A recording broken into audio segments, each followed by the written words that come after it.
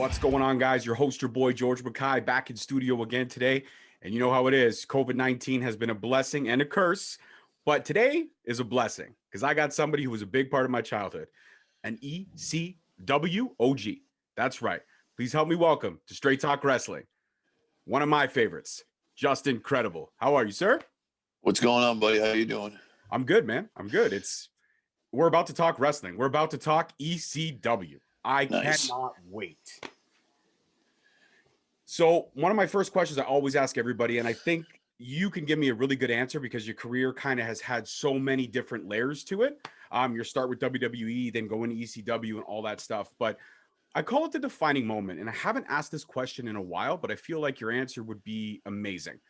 Defining moment, when you fell in love with this business that we're going to be talking about today. Wow. I would have to say when I was really young, literally, I don't know, 7 or 8 years old, watching Hulk Hogan beat the Iron Sheik for the WWF then title. I remember I had a black and white TV with rabbit ears. That was the TV I had in my room, you know, and because it was back in the day. So yeah, that was the moment that, you know, I never really saw wrestling before. And when I saw that, it was just like the crowd and the energy. It was just, you know, from there started the love affair of just watching as much pro wrestling as I could. Right. And then obviously you started training. And who did you start training with?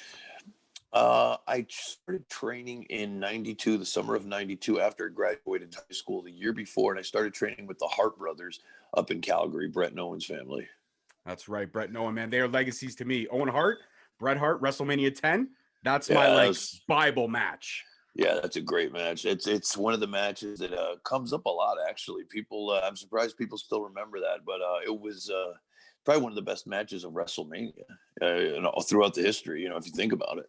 Oh, I do. I mean, I consider it like anytime I do interview like an up and coming wrestler, somebody who's just getting into business, not saying that I'm, you know, have all these stripes, but I'm a big of enough fan and a history aficionado to say, if you want to watch Wrestling 101, watch that match. Psychological, technical, just amazing. And it's one of those matches that even though I've seen it 1,000 times, every time I watch it, I find something new and something different I didn't see before.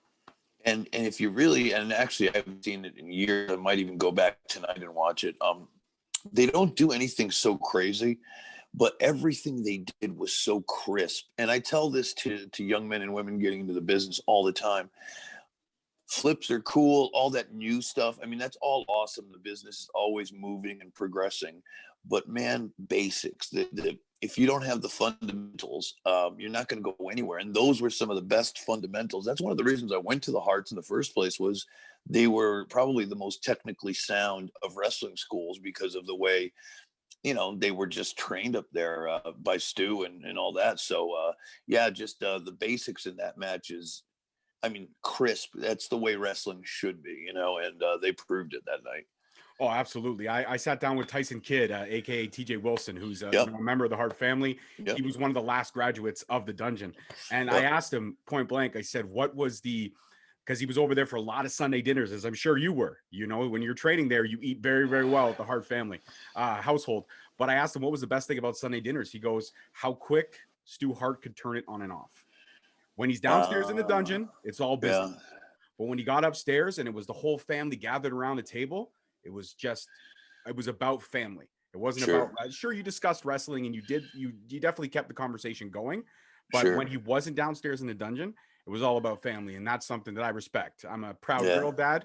I got 2 little girls.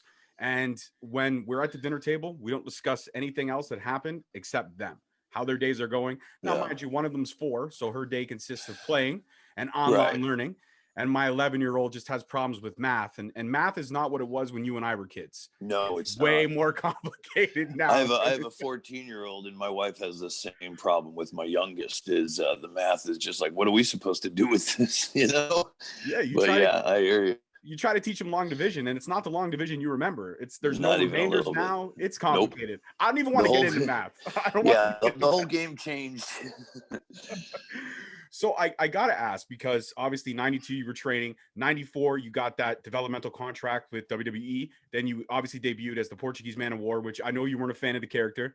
I know you weren't a fan of the mask, but one cool thing did happen out of that is that you were kind of, you know, friends with the Clique. You had kind of worked your way, made friends with those guys, and Razor Ramon kind of, you know, I guess took you under his wing a little bit. Yep. You had that awesome 13-minute run at a Royal Rumble, which kudos to you, because I know I wouldn't last more than 5 seconds in a fucking Royal Rumble. You lasted 13 minutes. I mean, it sucked that you were eliminated by the eventual winner, but at least you could say you were eliminated by the man who took it all away. Right. Yeah, I mean, it was, the Aldo thing, it wasn't even, in hindsight, looking back, it wasn't even that bad because I got to really, somebody just posted a match of me and PCO when he did the pirate gimmick at Madison Square Garden. And it was a hell of a match. And I forgot like how much I learned in those years, man, because I got to wrestle world-class talent in world-class venues at such a young age. So in retrospect, it really was a blessing because when I finally did get my chance, I'd had all those years of really learning. And I think that was Vince's whole thing too, was put me under a mask. Therefore, I can get groomed and so forth. And when they're ready to do something and maybe I'm ready with my ability, they could start with a whole new character. So, in hindsight, I look back with fond memories today where maybe back then I didn't as much, Absolutely. And I got to ask, and I don't want to pull the curtain too back, but as a wrestling fan, it's kind of burning a hole in my pocket, this question. The Royal Rumble. I mean, obviously we all know everything's orchestrated, everything's kind of set up that way. But when it comes to the eliminations, is that predetermined who's eliminating who? Yeah. Okay. Oh yeah. So going in, you know how long it's gonna last and when it's gonna happen. But it's not as intricate as people think, or it wasn't back then when I was doing it, or when I did the 95 and 96. You basically got told the number, and who basically you're like, he's throwing you out and look for, so basically the whole time I was just looking for Sean to come to me. And whenever he was ready, so I saw him eliminate somebody and I was next in line. So I'm like, at that point, it's like, all right, find Sean. And when he's ready, he'll do it. So, but back then we didn't plan as much as they do today. I think back then we did a lot more improv and calling it in the ring than they do today. Do you think that's a lost art amongst the younger guys coming up in the business today? Is calling it in the ring? Big time, man, big time. Because especially maybe in the COVID era, not so much because there's no fans, at least live fans. I mean, they got the Thunderdome stuff, but it's nothing like having a house full of fans. That really is, we're entertaining them and we're trying to get them to peak and to really cheer. And that's an art in itself. And every town is different. What works in Philadelphia is not going to work in New York. And if you go out there with the same match and take that same exact match all over the country, you're going to get a different response almost every little, maybe the same, but there'll be differences throughout, you know what I mean? Because certain fans like certain things.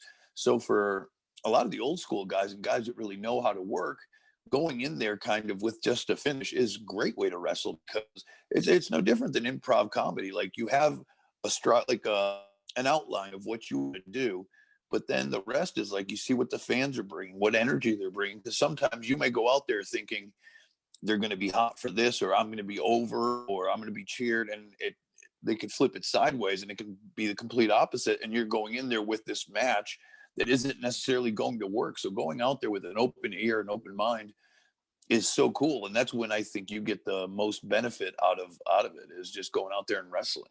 It's a lot easier than it sounds too, because if you're any good at what you do, it's pro wrestling, dude. We know how to do it. It's like we've watched it our whole lives. If somebody slams you and tells you to you stay, and then they drop something on you. It's not that hard. I mean, I know it's a lot more intricate than that, but it really, you shoot someone off, the clothesline, give me something. A lot of times people forget that wrestling is best when it's improvised. Absolutely, especially for the fans. I agree with you 150%. I think when it's the improvisation and the organicness of it all, that's what really ties it all together, makes something special. You could go in there trying to gauge one reaction, but if the fan base is not feeling it, and we've experienced that ourselves, we've seen it at WrestleManias where we know the finish was supposed to be different, but the fan base was not having it. So on the fly, you have to make that kind of audible call. Like football, Yeah. you got to say, okay, we got to change it up because the audience is not giving us the reaction we would have expected. But Absolutely. you kind of earn your stripes in a place where the fan base always Yeah. gave you what you wanted, even if you guys didn't know it was what you Right. wanted. And that's the Yeah. house that ECW built. Yeah. Yeah, You absolutely. had some of the most amazing matches I had ever seen. One that holds a special place in my heart was the first match I ever experienced in ECW. My cousin sent me a bootleg tape because at the time there really was no pay-per-views. And yes, everybody Right. had the black box, but my black box sucked. I didn't get nearly as much good stuff as I could have. Yeah. But he sent me the first blood match with you and Tommy Dreamer. And that match changed my life. That match showed me what new school, edgier craziness could look like. And that's a match that I could watch through and through. And again, much like the WrestleMania 10 match, now obviously the comparisons are hugely different, but much like that match, I can go back and watch it and find something new and different every time. And I sat down with Tommy Dreamer over a year and a half ago when I started this podcast, and I asked him point blank, what was the evolution of the character of Tommy Dreamer? So now I pose the same question to you in reverse. After that first blood match, what was the evolution of Just Incredible? Well, that's a good question. The evolution, I think, when I first got the character, I really I knew I had to be a heel, and I knew I had this weird name, you know, because Just Incredible at first kind of seemed, when Paul dropped it on me, Paul Heyman, it kind of seemed cheesy. Like it could have been really cheesy and weird, and it felt very gimmicky. And I had wrestled babyface most of my career, you know, in the WWF as Aldo Montoya. So the first kind of year or so of Just Incredible, I was really just grasping at anything. Like I was trying to be, you know, a little bit of Razor Ramon, a little bit of Shawn Michaels, and somehow trying to mix it in there where it didn't look too obvious that I was trying to be some like those guys. So I think, you know, just somewhere in between all that. And when I got, especially with Tommy was just so good at kind of knowing how to get people over. I mean, that's really what Tommy did for me in ECW, was help me to get over and kind of know what to expect from the fans. And he just taught me how to relax and how to really gauge what the fans wanted in ECW, and kind of giving me permission to just figure it out, you know. And like a lot of the stuff we did in those matches, even though I haven't seen those matches in years, I just remember a lot of it just being fun and effortless. Like, you know, Dreamer would just, you know, mostly call all this stuff. And it was just it gave me a ton of confidence and made me really grow into Just Incredible. Whereas I think in the beginning, I was trying to act like Just Incredible. I don't know if that makes any sense, but instead of trying to act like a heel and doing very stereotypical heel stuff, I just kind of flowed into it, where that was more of a version of my real self amped up to a million, you know? Absolutely. And that's usually the best kind of characters are when it's as real as it can be. And I mean, obviously in the beginning, there were, like I said, there were peaks and valleys with the Just Incredible character. But I think for me, that's when I became a fan of Just Incredible. That's when I bought in to the gimmick. That's when I was like, this is my guy. As long as ECW is good, and as long as he doesn't go back to WWE, or at the time I didn't know you were in WWE, right? Because I didn't know what was under the mask. But if I hadn't, if he, as long as WWE doesn't take him and fuck him up like so many other ECW guys before him, I'm okay. And thankfully, you were there for a very long time. And then what happened was amazing, because you eventually down the line, you worked so many great feuds. Another honorable mention feud for me is the one with Sandman. Sandman was another one of my guys. So your feud with him was special, but it was hard for me as a fan, man, because I'm sitting there loving you, sitting there loving him. And then I'm like, okay, well, I can't lose because they're both fighting each other. But subconsciously, I think I want this, but my heart's telling me to want this. As a wrestling fan, you're conflicted. And that's why I'm wearing the hat, because I probably pulled most of my hair out when I was a teenager. Thinking, fuck, why can't they just get along and hug it out? But that's great. Talk to me about Sandman, because Sandman was a character much like Raven. There were layers and there was shock value. And we all know the history of Paul Heyman and how he thought so far outside of the box that sometimes the box didn't exist. Was there anything during that feud with Sandman, because the Sandman and Raven feud walked that line of so much fucked upness? Was there anything during that feud that Paul Heyman came to you guys and was like, we should do this? And you guys kind of looked at each other like, I really don't know if I'm okay with that. Like, obviously, I don't think there was ever anything in ECW that any of you faithful, any of you OGs didn't do, because it was always ECW. It was extreme for a reason. But was there ever something that Paul Heyman said to you during any of those feuds, most notably the one with Sandman, where you were like, nah, I'm not doing that. I'm not doing it. Not really. Not really. I don't think I've ever had a moment like the only one time anything like that happened, and I'll resort back to Sandman quickly, was with Tommy Dreamer and the 10 bell salute to his grandfather. But that was Tommy's idea. Okay. So he sold it to me like, Tommy, I think that's a little disrespectful. And he goes, really, it's not, because my grandfather would love it if he was involved in something like that. He would find it cool. So it in turn became a tribute. But that's the only thing I'd ever questioned in ECW. Now back to Sandman.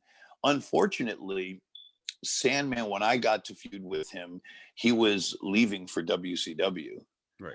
And it was, the whole thing was to kind of take the moniker of the hardcore icon and take the kendo stick from him. So in turn, it really never developed the way I wanted it to. It just ended up being, some cool matches and some good stuff, but it never was the feud I think we quite wanted it to be, because his mind and his career was going elsewhere. But it's certainly, to this day, I use the moniker hardcore icon. It just kind of stuck, and it was cool. It kind of fits in with everything, especially reminiscing to ECW. It's something that the fans of today can identify with. But I really wish I would have gotten to play the long game with Sandman as far as storytelling, because we could have done something really cool.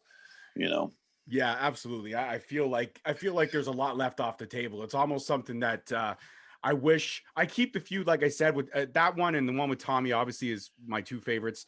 I keep those feuds kind of in a special place in my heart. And when the kids are in bed and the wife wants to watch something a little bit fucked up, I'll say, well, let's watch anything ECW.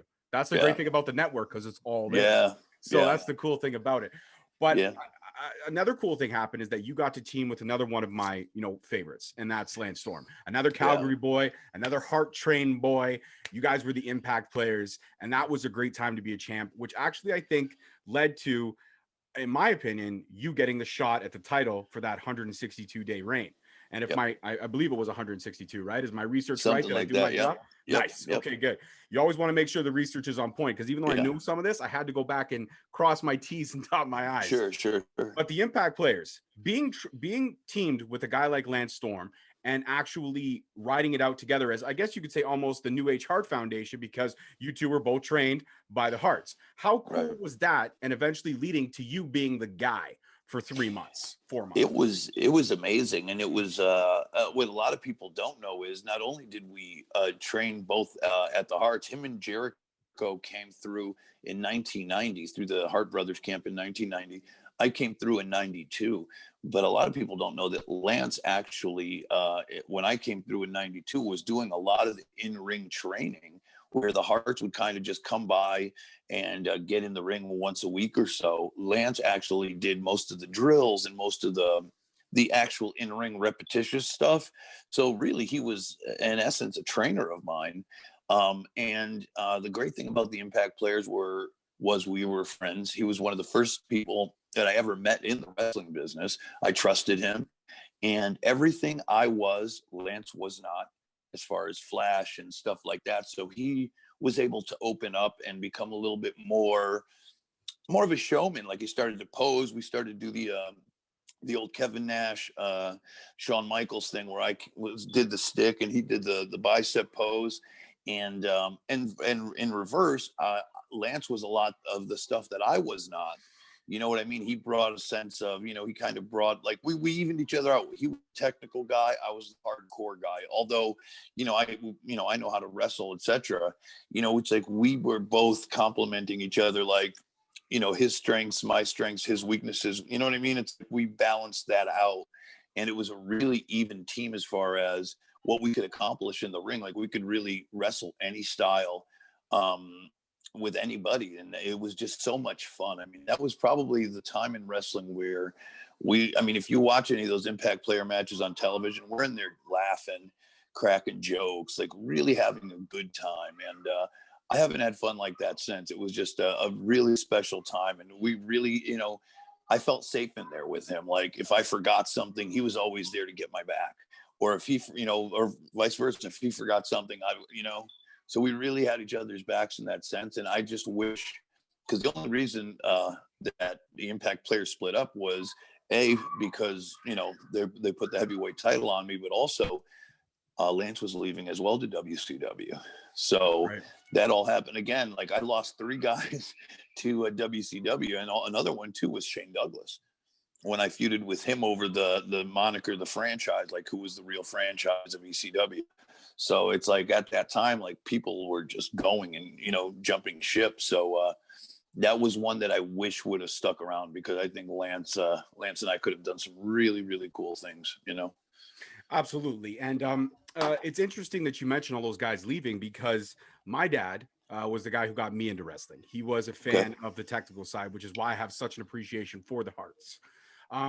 So the interesting thing about that is that when I showed my dad any of those ECW tapes that my cousin would send me, he would sit there and just get furious and be like, this is not wrestling. This is shock value nonsense. And that's just the old school fan in him. Sure. But did you ever cross that bridge, or did you guys ever feel like when you were getting these opportunities at WWE or at WCW before the Monday Night Wars ended, did you ever feel like when you were coming up that there were a lot of people in the back, those old school cats on both companies, that were, I guess, judging you for coming from that extreme, hardcore, super gory, violent background, and that you guys never got the respect you deserved in the business when you got those opportunities? I think some did, yeah, for sure. But I also think it was a little bit unwarranted, you know, because in essence, what we were doing at times was just no different than what Terry Funk did. And I don't mean Terry Funk in ECW. I mean the old Texas Terry Funk, where, you know, against Dusty Rhodes with the bunkhouse stampede matches and the boot and chains and you know, and all that stuff. I mean, that stuff was going on for a long time. I just think look, we found a way to really cater to a different audience, an audience that wrestling was so dull at that point, especially in '95, where, you know, bad characters like Aldo Montoya, Duke the Dumpster Droese, among a ton others. And in WCW, that was just stale. You had Hogan there for the millionth time before NWO. Nobody really, you know, it was really boring wrestling. So what we did was just turn it on its ear, man, and just, you know, started doing some stuff that Paul Heyman had seen in Japan, the FMW promotion. A lot of it was from that.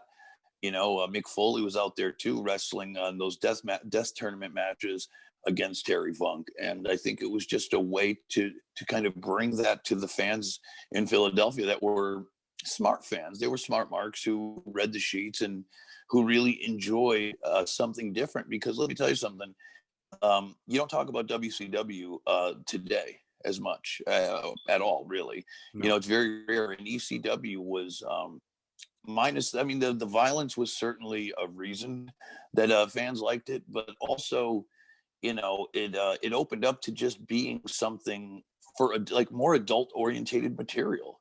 You know, it was just something that wasn't all bubble gum and popcorn, and fans really loved that. They, you know, a lot of our audience was college kids, high school kids, you know, an older demographic that wasn't necessarily embarrassed to come to a wrestling show. Music had a huge part to play in it, so it was on a different level. And I think it really, after a while, it really was more than blood and guts. It was Tajiri versus Super Crazy, you know, Mike Awesome versus Tanaka, you know, those amazing, amazing matches. So we really had, towards the end especially, we really had a little bit for everyone. You know, we'd have New Jack diving off of something. We'd have, you know, a little bit of barbed wire. Then we'd have, you know, again, a Van Dam versus Jerry Lynn 40-minute classic where they're doing amazing high spots and great wrestling. So we had a little bit of everything. And of course, the girls, you know, we had beautifully scantily clad women cat fighting, which never gets old, especially for young men in the audience. So Absolutely. Ages 13 to 16 were great years because of Yeah. ECW. Really, I mean, it was something that really was necessary.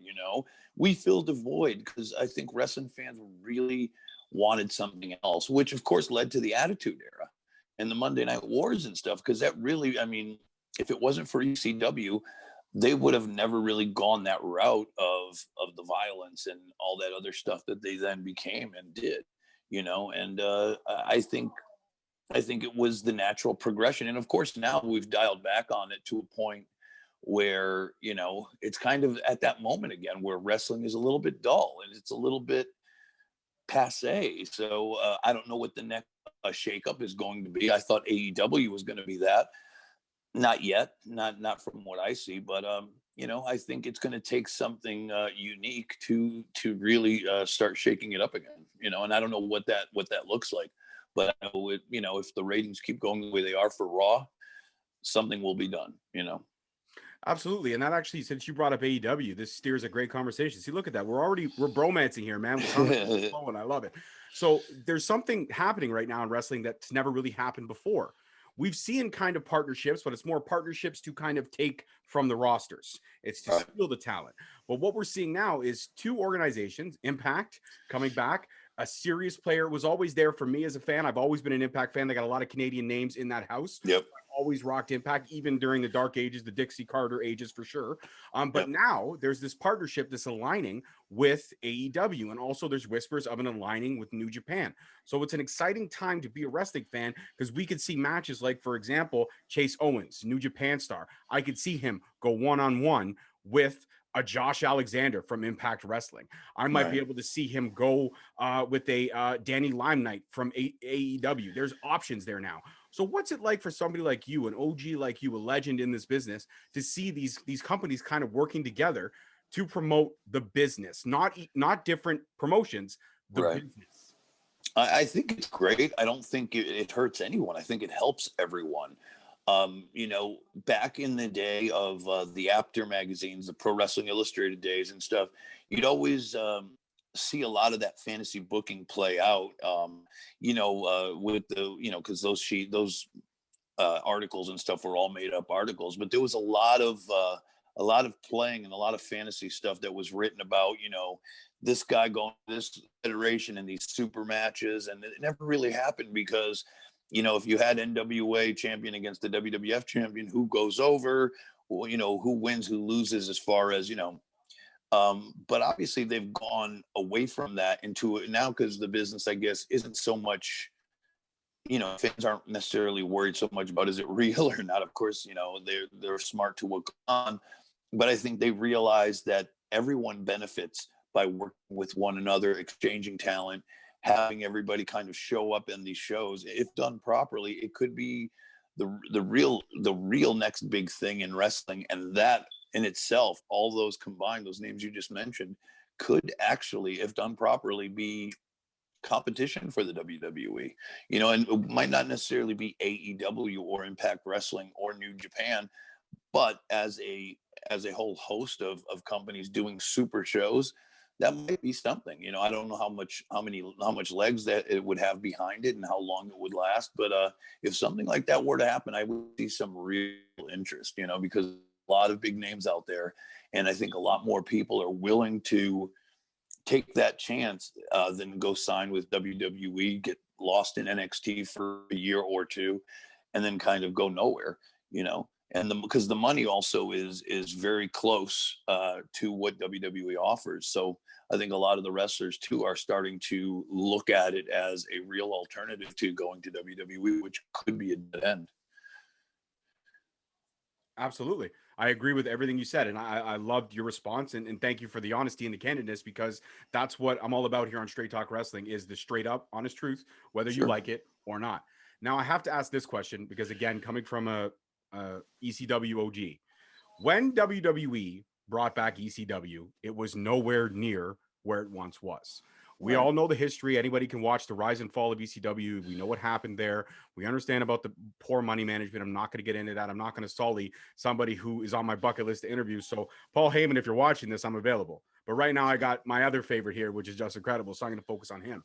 But when ECW came back, and it was not the same, and it was done over the top. It was done like a Raw, like a SmackDown. It wasn't its own entity, which it should have been. It wasn't grimy. It wasn't grungy. It wasn't edgy. It was Monday nights rolled over into Tuesdays, because at the time SmackDown was on Thursdays. That's exactly what ECW was. Yeah. When the product came back, and a couple of you guys did come back, you came back, you fought CM Punk in his debut match, all that stuff. You did not get the win on that. That's fine. I understand that. You put him over, which is the right thing to do for sure. But when you came back, and when you were invited back, and you were like, hey, listen, we're doing this ECW thing again. It should be awesome. It should be fun. You're probably stoked. You're like, yeah, we're going to see, ECW back. It's breathing new life. And then you walk out there and you're like, huh? What the fuck is this? Yeah. It really, I mean, all the first ECW One Night Stand was as original of an ECW show as I would have hoped it would have been. Paul ran that show. It was at the Hammerstein Ballroom. The card was all done by Paul and Tommy Dreamer. That felt and was an authentic ECW show. Very happy with the way it came off, and I think the fans were as well. From there, ECW was no longer heard of again, and then rumblings started to come about that they're going to do it again, and then possibly, start it up again. ECW. They signed me to a contract, a 3-year deal, and they signed a bunch of other ECW guys to contracts, although they were relatively, low in pay. Nonetheless, still, we thought we're going to get the band back together and the brand back together.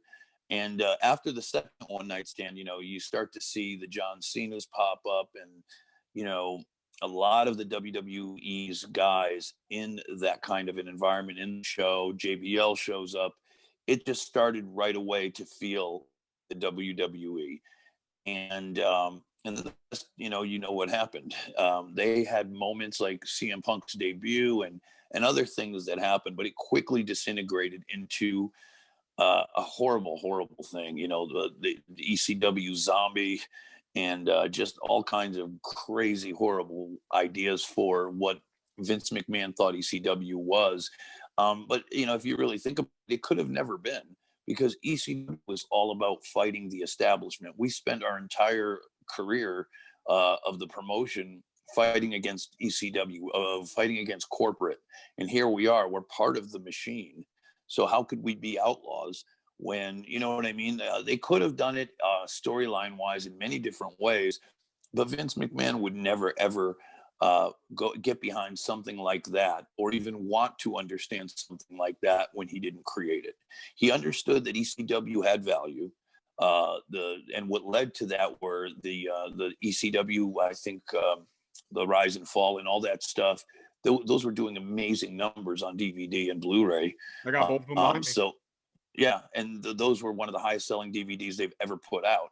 So I think that's what really, he realized the brand still had a lot of value, but the mishandling was just gratuitous. Paul Heyman had no real input on what was going on, and he was just, at that point, after about week 3 or 4. The writing was on the wall. We were doing ECW branded shows, but, I remember we ran the ECW Arena, and, to start off the it was sold out and stuff. We went to a lot of the old arenas, and the first thing you hear is the lights go out. This is brought to you by the World Wrestling Entertainment and its parent company and this and that. And right there, the crowd shits on it right off the get-go. And right off the get-go, you're getting complete corporate WWE version of ECW. And if Vince could have just let it go and just let it be what it was, they might have had a chance. I mean, if they really let Paul do what he did, just basically take the money and operate it on your own. But Vince would never do that. Vince is such a control freak, and he is so crazy in that way that he would just never, ever allow anything like that to succeed when it's not his. That's just the bottom line. And it was, ECW was bastardized, and, it's a shame what happened. I literally quit 2 or 3 months of that thing, So it was just a horrible idea as well. Yeah, I completely agree with you. But one cool thing that I think it did lead is to right around, obviously, you went back on the Impact circuit. There was the little stint there with the Alliance, all that good stuff. But the one thing that I did really find special about doing my research, and I haven't been able to see the match, I don't know if it was ever filmed, but you returned to the ECW Arena, the house that Paul Heyman built, and you were there the last match versus Sabu at Evolve. It was the venue's final professional wrestling match. I don't know if you know that. That's a little piece of history if you did not know that. But how No, was I it? did not. Yeah, so that's pretty special. So kudos to you and Sabu being the guys that turned the lights out on that building. You were the final match to take place in the ECW Arena. So now knowing that, does that kind of make that last match a little special? It does. I do remember it now in retrospect, but every time they say, and this is why I hate when they do this in pro wrestling, they say it was the last. It may have been the last for the way the ECW Arena was, but then a couple of years later, they renovated it and made it a whole, that hall now is a multi-million-dollar entertainment facility, which still runs Tommy Dreamer's House of Hardcore. So in essence, it did make me feel good. But like many things, it just gets cheapened by what pro wrestling does all the time is we announce it's the last time, just like many retirements and stuff like that. And I'm guilty of it too. That ends up not being. So, I take it all with a grain of salt now. I just try to look for, just look at the good of it all, the fun we had and kind of the trail we blazed, because sometimes it's, you almost don't believe you were there to be part of it. Like when I don't watch myself on TV from the old days, but when I do, it's like, that was me. It's almost like hard to believe that that was that long ago and that we did what we did and created what we created. It's kind of mind boggling, Absolutely. If it wasn't for guys like you that blaze the trails for other people, Straight Talk Wrestling would not exist. And I mean that wholeheartedly. I told the same thing to Tommy Dreamer. If I didn't have you guys in my life, I would have never met my wife because she was a diehard wrestling fan. I would have not had the balls to start this podcast 4 years ago. And I wouldn't be sitting down with you because you wouldn't exist. So it doesn't matter. And it's all in line. So thank you. Thank Tommy. Thank Paul Heyman. No, thank everybody. You, all of us. Yeah.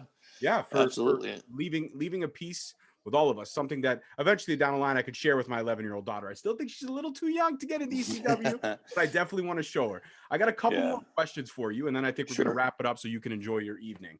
Oh, absolutely, man. In retrospect, as you've had the career you've had, like I said, with so many peaks and valleys and stuff like that, but you've gained one thing, which is an insurmountable amount of knowledge, which now you do share. You've got the YouTube channel, Wrestling 101, which is a great fundamental channel. For anybody out there looking, please check this man's channel out, subscribe, show him some love because Wrestling 101 is great.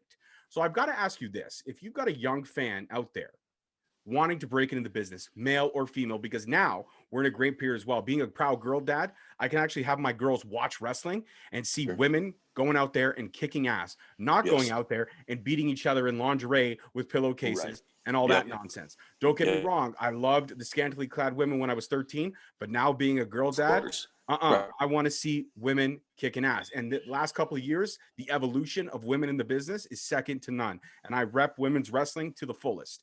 But if you've got a fan out there, a young boy or a young girl wanting to break into this business, what is the one piece of advice, the 101, if you will, that you would break down to them?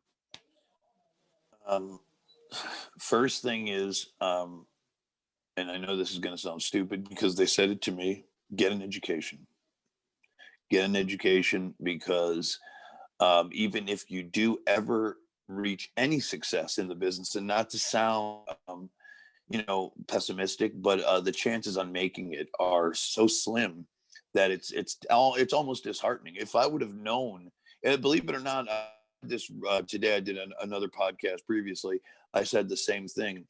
It was easier for me with less places to work in 92 to get in than it is today with all of these places to work and social media and YouTube and all these wrestling outlets. It's harder today than it was in 92, only because maybe back then there were in the United States 250 to 300 professional wrestlers, period.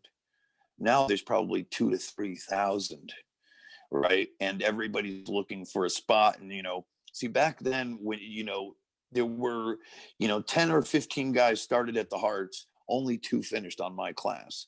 We let too many people into the business, and now we can't manage it. So there's, I don't know how many full-time jobs, but it pales into comparison to how many people are out there trying to get jobs.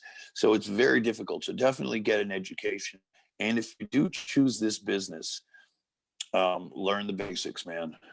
Find the best teacher you can, the best school you can, and you're gonna have to work your ass off, and you're gonna have to commit everything in your life to professional wrestling if you want to succeed.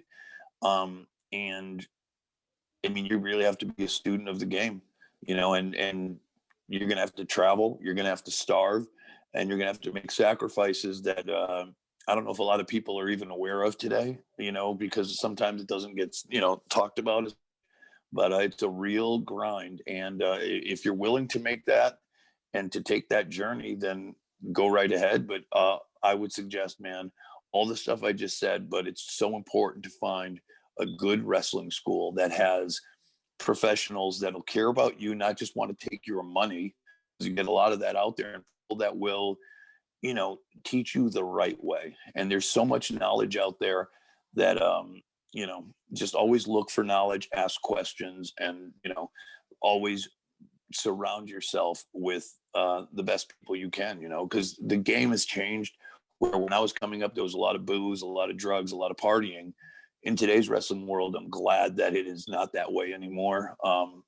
And it's a lot less risky than it used to be in that aspect. Just look for the best people in the industry and just go to them. Absolutely. That's a great piece of advice coming from, like I said, a true legend, in my opinion, in this business. And right before I ask my final question, I do want to let you know you are officially now a member of the Straight Talk family. Anytime you want to come back on the show, you have my socials, I have yours. Actually, you have my number, I have yours. So absolutely. we can do this all over again. If you're bored on Sunday, we keep in touch. Absolutely. And you want to talk wrestling with your boy, because I know I'm now your new favorite podcast. I know. Absolutely. I know. Absolutely. But right before I get you to shout out your socials and we say goodbye, sure, my final question: out of all the amazing ECW opponents you've had, and this is a tough question because when I asked Tommy, he kind of did one of these because there was a lot to think about. But out of all the ECW legends that you tangled in the ring with, actually, out of all the legends in the business, period, who was the one that surprised you the most with the instant chemistry you shared in the ring? Because you can all build chemistry over a storyline, but who was somebody that you thought, I don't know if this is going to work, and then you stepped in the ring and it was like, holy shit, we are at another level right now, and I'm fucking excited about it? Jerry Lynn. I was really I didn't know if I could hang with him. I had known of his work at the time with Global Wrestling Fed. Like, remember the old GWF on ESPN? Yeah. It was an offshoot of like the old Texas wrestling. Yep. So Jerry Lynn had a big feud with Sean Waltman as the Lightning Kid. Right. And he was just well known for being a master in the ring. And I started working with him almost right off the bat, and I didn't think for 1 minute that I could hang with him. So, and when we got in there, he was just so smooth, so crisp, so easy and it only got better and better and better, almost to the point where it was effortless. And we literally had like one word names for like these long spots we would do. So literally we'd say, do the flare spot, and we'd have this long spot that we would do just off of, we'd have little one like word names spots, and he was just so good and so easy. I'd have to say Jerry Lynn. But another one, a quick second, because I had to think for a minute, that I never thought I would have gelled with the way I did, was Sabu. Really? Yes, and I knew you were going to say that too.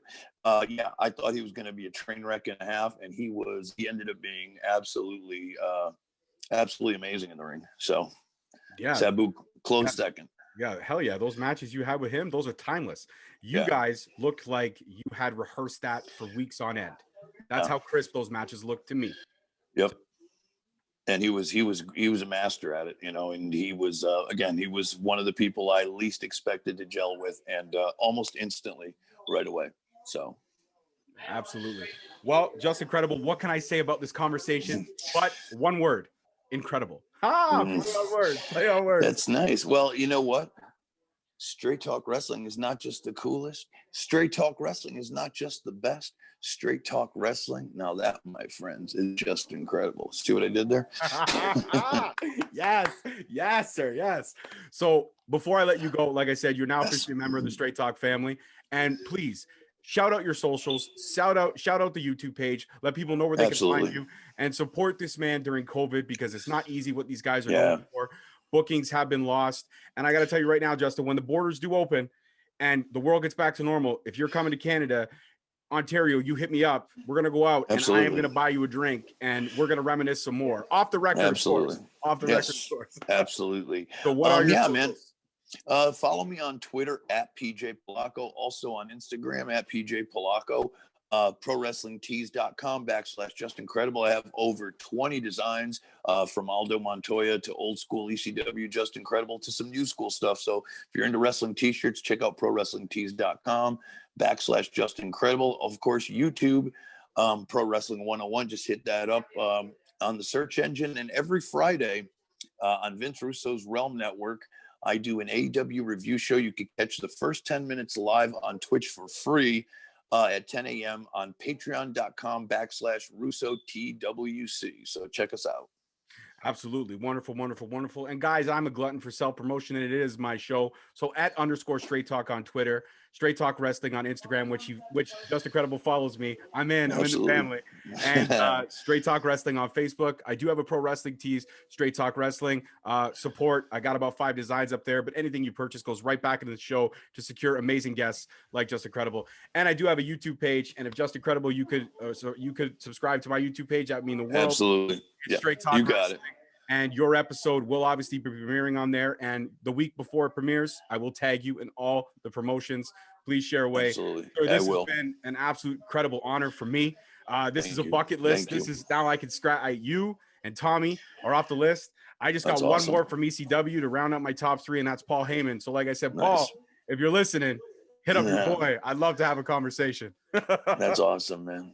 I really appreciate it, man. It's been a pleasure. Thank you so much. And thanks to all the fans checking us out, man. It's a real honor. Thank you, sir. Absolutely. Absolutely. Well, guys, that's it. This one's in the wrap for me and for my new best friend, Just Incredible. Peace, love, and wrestling. Talk to you guys next week. Peace. Take care. See you. Take care, buddy. All right. Bye-bye. Thank you for listening. Tune in next week for another episode on Spreaker, Stitcher, Spotify, iTunes, Google Play, and iHeartRadio. Also follow us on Facebook at Straight Talk Wrestling, on Instagram at Straight Talk Wrestling, and on Twitter at _Straight Talk. And for all our merchandise, you can search us on ProWrestlingTees.com.